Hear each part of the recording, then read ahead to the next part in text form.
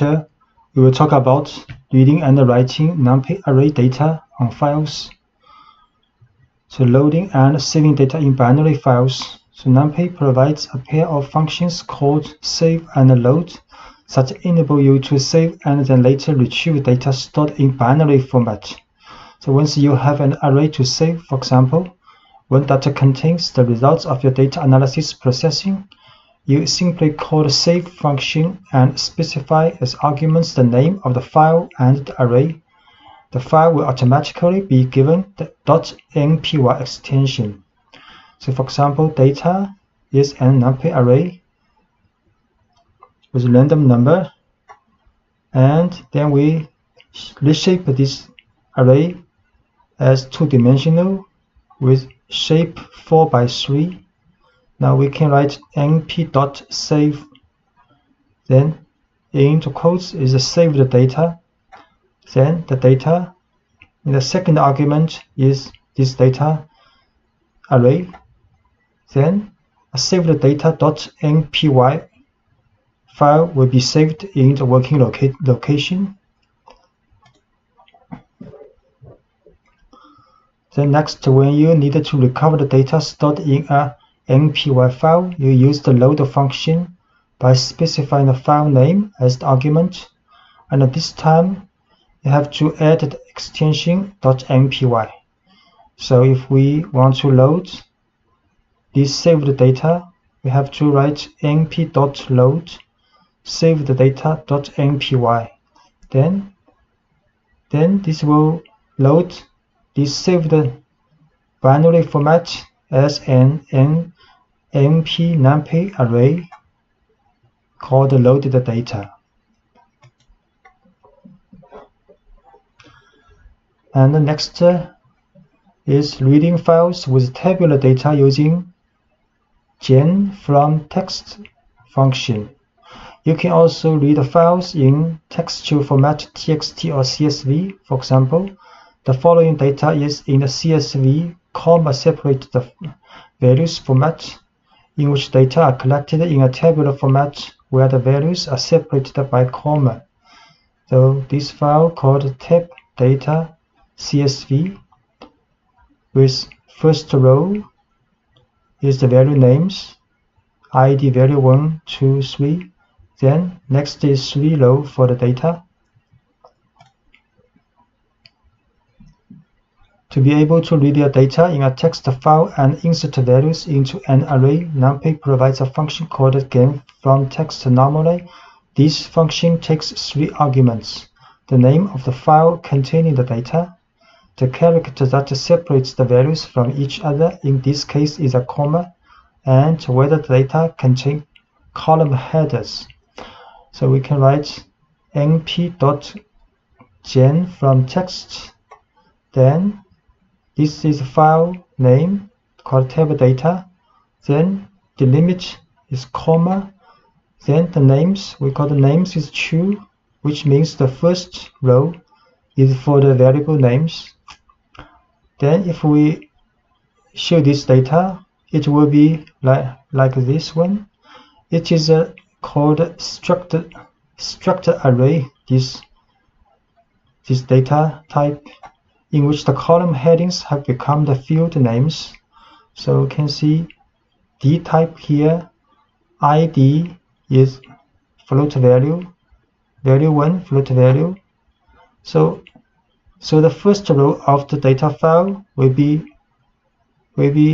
changed into the D type value for these 4 columns.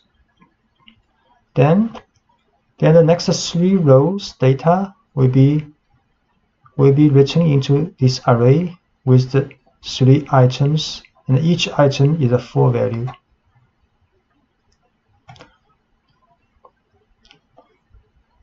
So at the bottom of the array, you can find the column headings contained in the file, and these headers can be considered the labels that act as index to extract the values by column.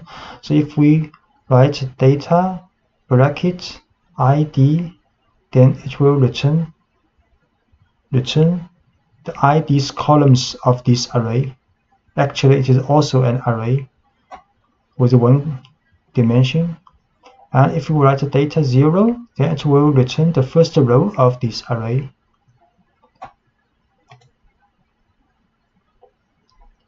And then from txt function, we replace the missing values in the file with an values.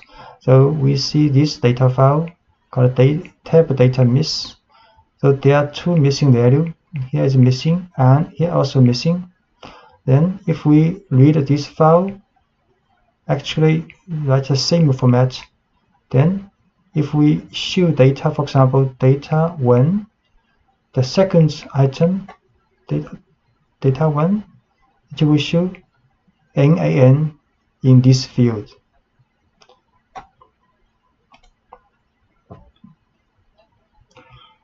And next is the reading file with tabular data using numpy.loadText function. For example, this is a txt file with a space to separate the field. So if we want to read this file as data file, so we convert the integer data type, then we have to write np.loadTxt. This is the file, then called dtype is int. Then file data will be a NumPy array with the shape 6-2.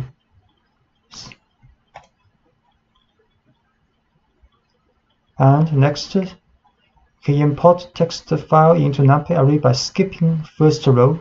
For example, this file called test.txt1.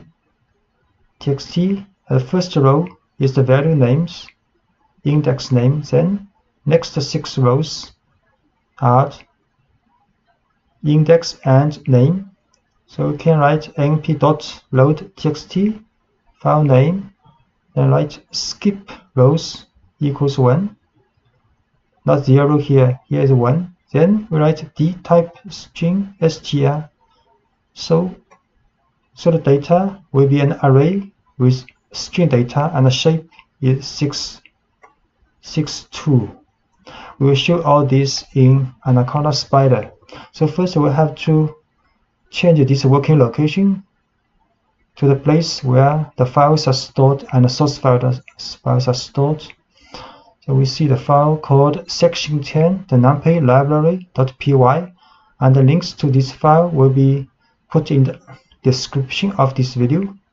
Then move to lecture 9, reading and writing NumPy array data on files. So first, loading and saving data in binary files. So we create a NumPy array with 4-3 shape.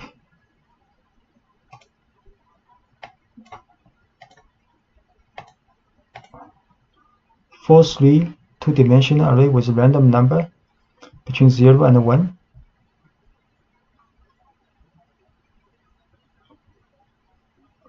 Then we can save this array to savedata.npy. So next we can load again this saved file with npy attention. Then we can show this loaded data is the same as this one, two-dimensional NumPy array.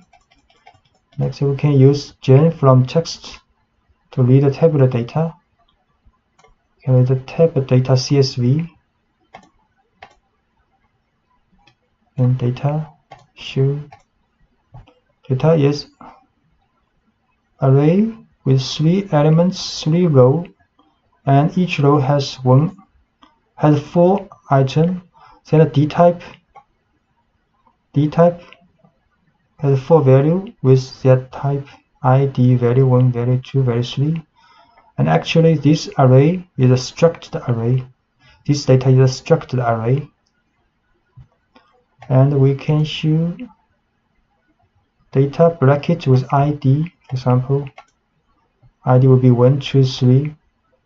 If we show the first row, we can write data 0, the first row's data. If the data has a missing value, we should write the same.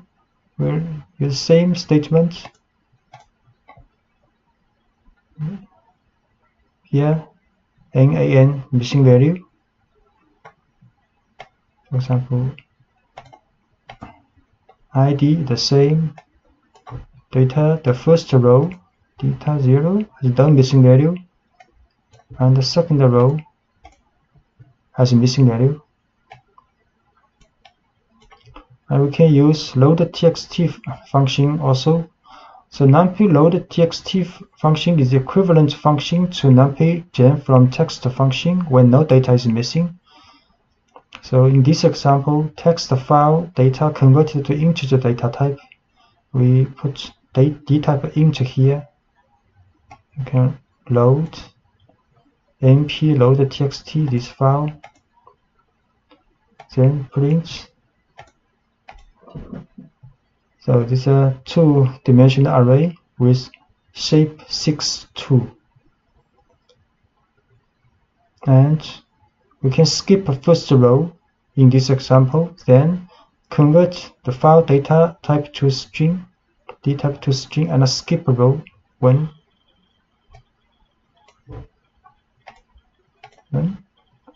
So this is also a two-dimensional array with string data type. The shape is 6-2.